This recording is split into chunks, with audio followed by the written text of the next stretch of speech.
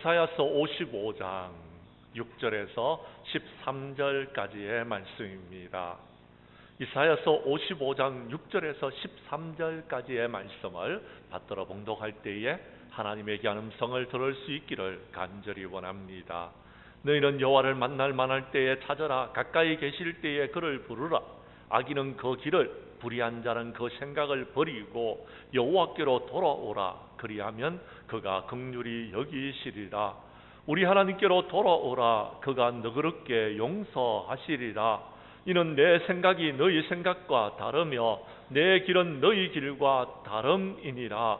여호와의 말씀이니라. 이는 하늘이 땅보다 높음같이 내 길은 너희 길보다 높으며 내 생각은 너희 생각보다 높음이니라. 이는 비와 눈이 하늘로부터 내려 그리로 되돌아가지 아니하고 땅을 적셔서 소출이 나게 하며 싹이 나게 하여 파종하는 자에게는 종자를 주며 먹는 자에게는 양식을 줌과 같이 내 입에서 나가는 말도 이와 같이 헛되이 내게로 되돌아오지 아니하고 나의 기뻐하는 뜻을 이루며 내가 보낸 일에 형통함이니라. 너희는 기쁨으로 나아가며 평안히 인도함을 받을 것이요 산들과 언덕들이 너희 앞에서 노래를 바라고 들의 모든 나무가 손뼉을 칠 것이며 잣나무는 가시나무를 대신하여 나며 화석류는 찔레를 대신하여 날 것이라. 이것이 여호와의 기념이 되며 영영한 표징이 되어 끊어지지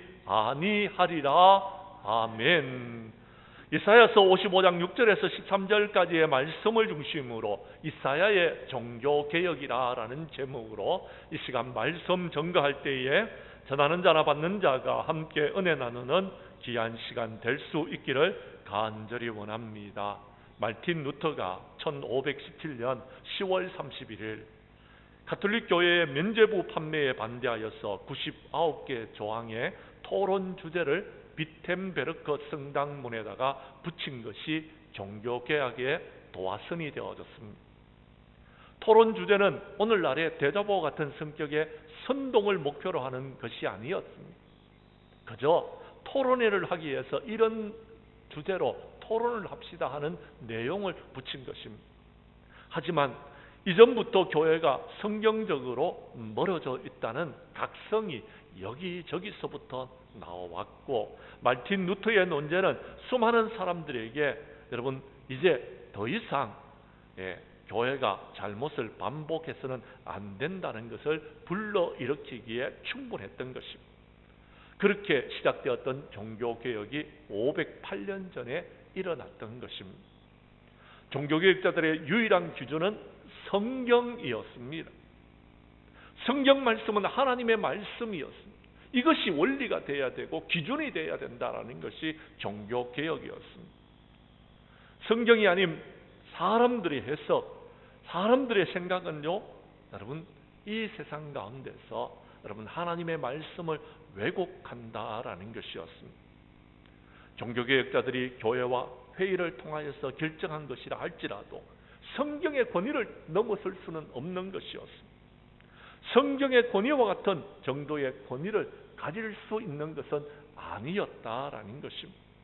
물론 교회의 결정이 성경의 가르침을 여러분 전제로 한다라면 따라야 될 것입니다. 그러나 성경의 가르침에 위배되는 일이라면 여러분 그것을 여러분 받아들일 수가 없다라는 것이 종교개혁이었습니다. 여러분 면제를 위해서 여러분 면죄부를 돈 주고 판다라는 것도 여러분 말이 안 되는 이야기예요. 돈으로는 모든 것을 해결하려고 했던 여러분 지금의 시대와 다를 바가 없다라는 것입니다. 사랑하는 성도 여러분, 모든 기준은 성경이 되어야 될 줄로 믿습니다. 그렇습니다. 성경의 가르침을 따라야 되는 것입니다. 성경에 위배되는 것이라면 그건 위배되는 것입니다. 기준이 있어야 됩니다. 교회는 분명한 기준이 있어야 되는 것입니다. 목사가 기준도 아니고 장로님, 권사님, 집사님들이 기준이 아닙니다. 성경이 기준이 되어야 돼요. 그리고 예수님이라면 어떻게 하실까? 우리 하나님의 뜻을 우리가 분명히 알아야 되는 것입니다. 그리고 그 뜻을 이루어 나아가야 된다라는 것입니다. 사랑하는 성도 여러분, 종교개혁자들이라고 해서 오류가 없는 사람들은 아니었습니다. 그들도 인간인지라 실수하고 오류할 수 있습니다. 우리는 그 사실을 깊이 알아야 되는 것입니다. 그러나 그들도 여러분 항상 삶의 기준이 성경이 되어야 된다라는 것. 성경, 오직 성경으로라는 것이 여러분 종교개혁의 원칙이었습니다. 우리는 성경의 모든 것을 비추어 보아야 됩니다. 하나님의 말씀에 맞는지, 그리고 성경의 말씀을 읽어야 됩니다. 성경의 말씀대로 살아가야 되는 것입니다. 그리고 성경이 우리의 삶의 기준이 되고 여러분 그 성경을 여러분 위하여서 살아야 되는 것입니다. 성경은 일반적인 원칙을 천명하고 있는데 그것이 하나님의 뜻입니다. 하나님의 뜻대로 여러분 해야 되는 것입니다. 내가 원하는 대로가 아닙니다. 여러분들이 원하는 대로가 아닙니다. 세상이 원하는 대로가 아닌 것입니다. 성경의 기준대로 살아가야 되는 것입니다. 사랑하는 성도 여러분, 마지막 때를 살고 있는 장량교회는 여러분 바르고 참된 교회가 될 수 있기를 간절히 원합니다. 그 기준은 성경입니다. 우리 교회가 바르게 참된 교회가 될 수 있는 것은 성경의 말씀대로 살아가느냐라는 것입니다. 성경에 비추어 볼 때에 참된 진리를 추구하고 있느냐라는 것입니다. 아니면 세상적인 부귀와 영화를 쫓아가고 있느냐라는 것입니다. 종교개혁주의를 맞이하여서 우리 교회도 초대교회와 같이 성경에 위배된 것이 있다면, 성경의 기준에서 우리가 부족하고 연약한 부분이 있다라면 이번에 여러분 우리가 새롭게 변화되어져서 하나님의 말씀에 비추어서 바른 교회가 되어지는 일에 힘쓰는 우리 장량교회가 될 수 있기를 주님의 이름으로 간절히 축복합니다. 말씀으로 돌아가도록 하겠습니다. 성경 말씀 6절과 7절의 말씀을 봐주시기를 바랍니다. 종교개혁은요 세상의 기준이 아니라 여러분 오직 하나님이 우리의 삶의 기준입니다. 하나님께로 돌아가는 것이 성경이다라는 것을 여러분 말하고 있는 것이 여러분 종교개혁의 기준입니다. 그 말씀이 6절과 7절에 나오고 있습니다. 제가 6절을 읽을 테니 7절은 여러분이 읽어 주십시오. 너희는 여호와를 만날 만할 때에 찾아라. 가까이 계실 때에 그를 부르라.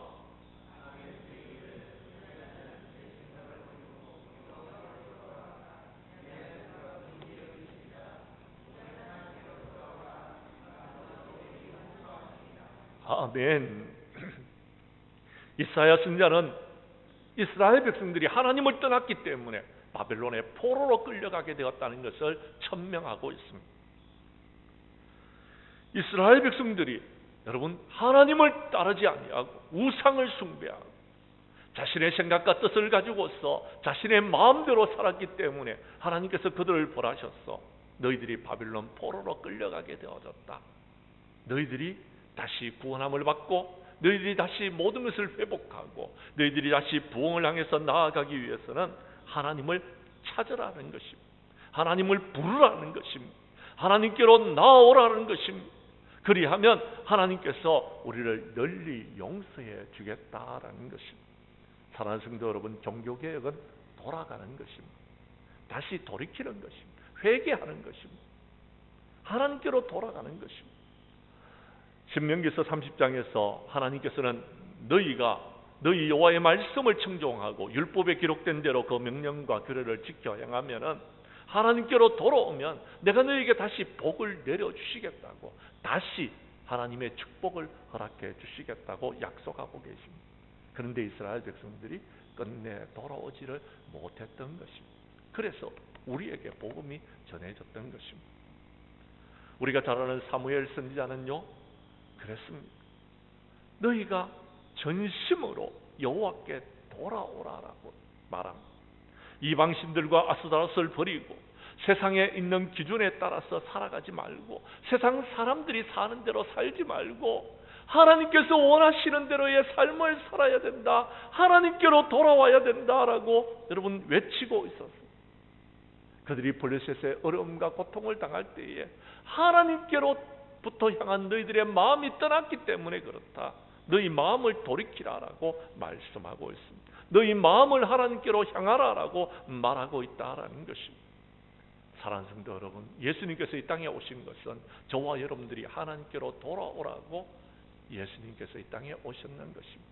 예수님을 믿음으로 하나님의 사랑을 경험하라는 것입니다.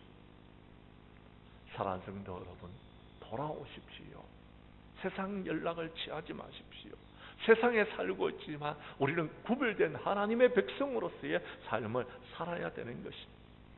우리가 세상에 지금 치여져 있다면, 여러분 가운데 어려움과 고난이 있고 여러분 힘들고 어려운 삶을 살아가고 있다면, 금식하고 울며 애통하면서 여러분 마음을 하나님께로 돌이키면 하나님께서 다시 여러분에게 복을 주실 줄로 믿으시기를 바랍니다.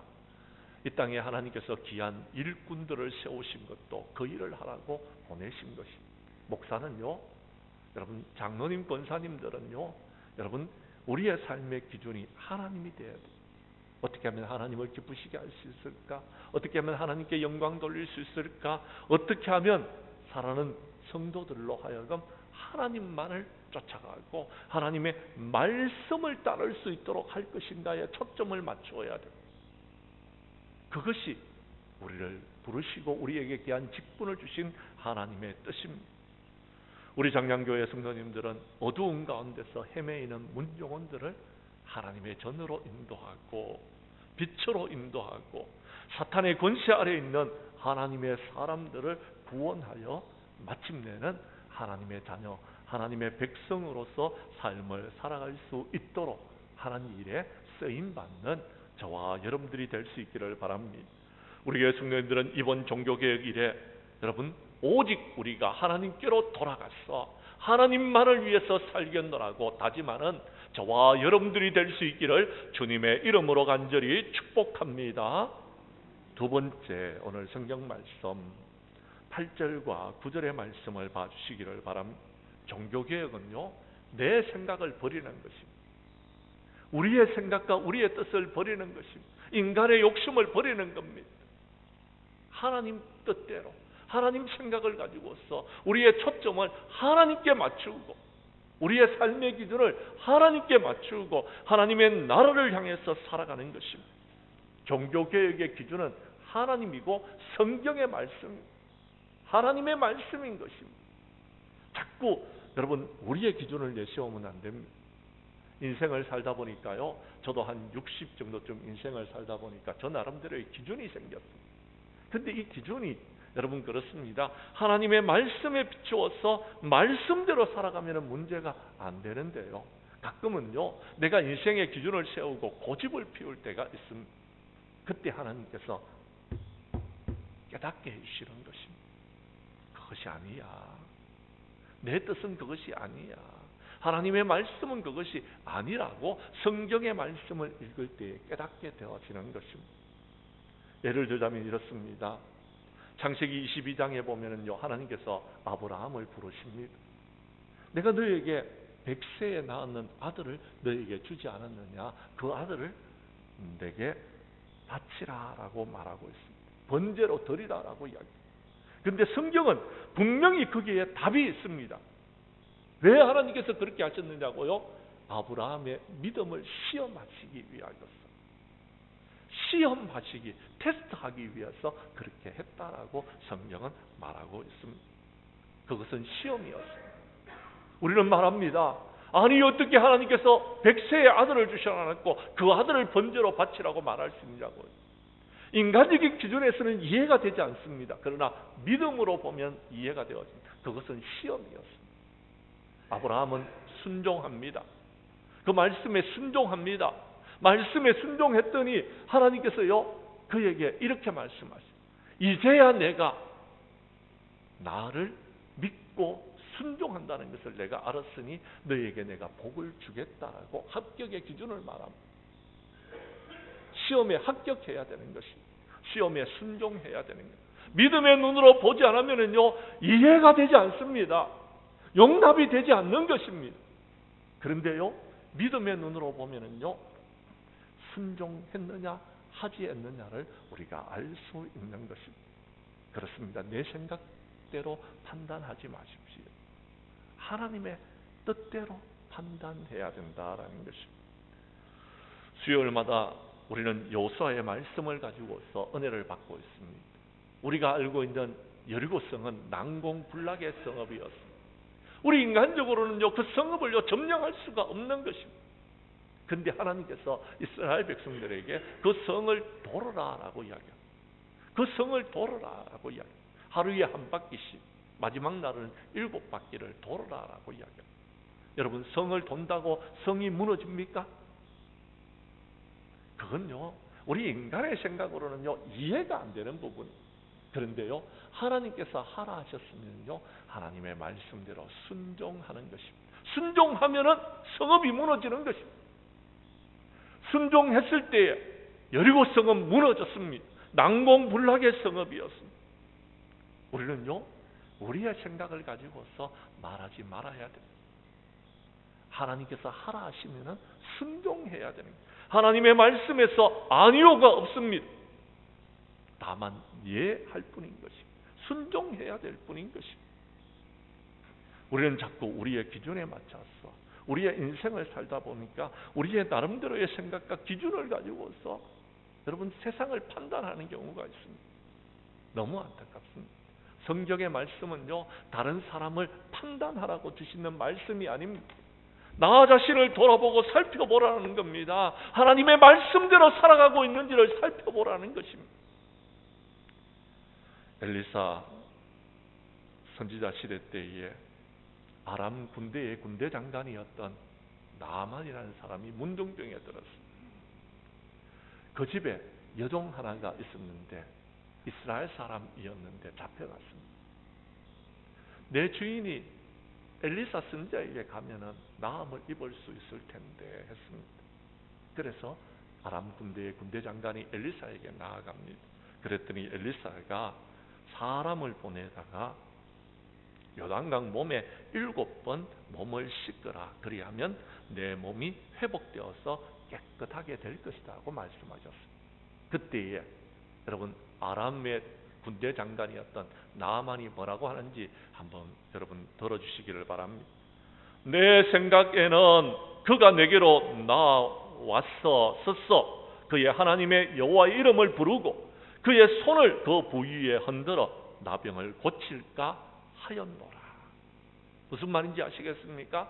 나아만은 자신이 생각을 가지고 있었다라는 겁니다. 내가 선지자에게 나아가면 하나님의 선지자에게 나아가면은 그가 내게로 나와왔어. 하나님의 이름을 부르면서 그의 손을 부위 위에 흔들어서 나병을 고칠까 했는데 요단강에 가서 몸을 씻으라고 말합니다. 내 생각대로 되어지는 것이 아닙니다. 하나님의 뜻대로 해야 됩니다. 요단강에 여러분 한 번도 두 번도 5번도 아니고요 7번 씻어야지 나병이 고침을 받는다. 그래서 여러분 나아만은 고침을 받았습니다. 그래서 여리고성은 무너졌던 것입니다. 한 가지 이야기만 더 하겠습니다. 베드로는 지난밤에 밤새도록 고기를 잡았는데 고기 한 마리 못 잡았어요. 고기 한 마리를 예수님께서 오시더니 배를 빌려주려고 그러시고 말씀을 전하시더니 깊은 데 가서 그물을 던지라고 이야기합니다. 베드로의 전문가의 지식에 의하자면요 예수님의 말씀은 하나도 맞지 않습니다. 우리 인간적인 판단으로 그것은 답이 아닙니다. 베드로는 그게 아닙니다 라고 말할 수 있었지만 그는 뭐라고 말합니까? 예, 주님께서 말씀하시니까 내가 말씀에 의지하여 거물을 내려보겠습니다 하고 그는 거물을 내렸습니다. 그때 고기를 잡은 것이 심히 많아 동무의 배까지 불러다가 2배에 가득하게 채워졌습니다. 그때 베드로는 깨달았습니다. 아하, 이것이구나. 내 생각이 아니구나. 내 기준이 아니구나. 내가 원하는 대로가 아니구나. 하나님이 원하시는 대로 해야 되는 거구나. 초점을 주님께 맞추어야 되는구나. 주님이 원하시는 대로의 삶을 살아야 되는구나 하는 것을 깨달았다라는 것입니다.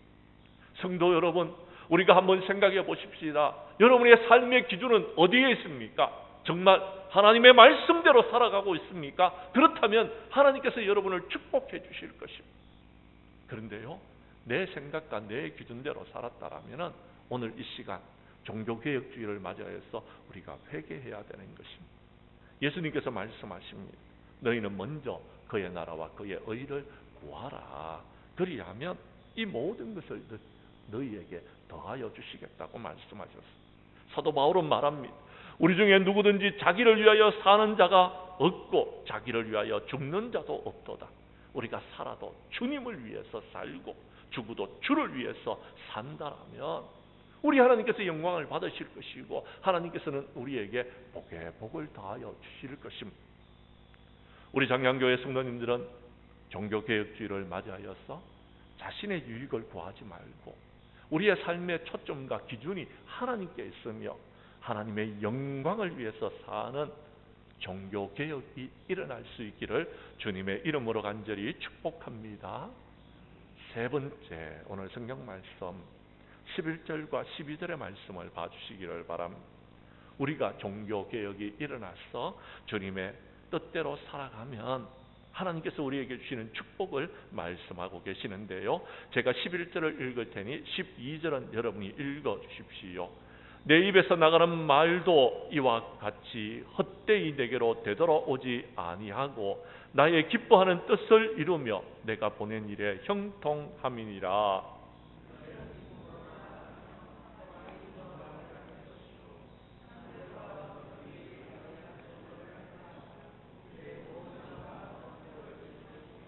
아멘. 우리가 하나님께로 돌아가면, 우리가 주님을 위해서 살아가면, 우리가 삶의 기준을 성경의 말씀에 맞추어서 살아가면 우리의 삶의 초점을 주님께 맞추고 살아가면 여러분의 삶에는 형통의 복을 하나님께서 주실 것입니다. 또요, 한 가지 축복을 더 말하고 있는데요. 여러분, 너희는 기쁨으로 나아가며 평안히 인도함을 받을 것이다 라고 이야기합니다. 그렇습니다.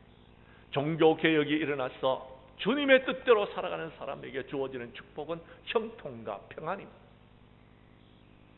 하나님께서 함께하여 주시는 것입니다. 요셉은요, 애굽으로 여러분 팔려갔지만 하나님께서 요셉과 함께하여 주셨습니다. 그래서 그가 형통한 삶을 살았다라고 고백하고 있습니다. 그렇습니다. 우리의 삶 가운데 분명한 종교개혁이 있다라면 여러분에게 형통이 있을 것입니다. 그렇지 못하다면 여러분 자신을 한번 돌아보십시오. 무엇이 잘못되었는지. 내가 형통하지 못하다면 분명히 이유가 있습니다. 내 삶의 기준이 혹시 내가 되어져 있지는 않았는지 한번 살펴보자라는 것입니다. 그래서 나의 남은 생에 참된 종교개혁이 일어나서 내 삶의 기준이 하나님 되고 여러분 하나님께로 돌아가서 하나님의 뜻대로 하나님의 말씀대로 살아감으로 우리 장량교회 성도님들은 형통과 평안의 축복을 누릴 수 있는 저와 여러분들이 될 수 있기를 주님의 이름으로 간절히 축복합니다. 이제 말씀을 마치려고 합니다. 사랑하는 성도 여러분, 오늘은 종교개혁 508주년 기념주일입니다. 각자 우리의 신앙을 점검할 수 있기를 원합니다. 그리고 오늘 성찬을 통하여서 우리가 새롭게 변화될 수 있기를 간절히 원합니다. 그래서 우리 교회 성도님들은 종교개혁 주일 때에 우리가 세상 사람들과 똑같이 살아가던 우리의 신앙이 이제는 하나님께로 돌아가서 주님을 위해서 살겠습니다 라고 다짐하며 나의 남은 생에는 하나님과 하나님의 말씀에 초점을 맞추어서 살아감으로 형통과 평안의 축복을 누리는 행복한 신앙생활을 하는 저와 여러분들이 될 수 있기를 주님의 이름으로 간절히 축원합니다. 기도드리겠습니다.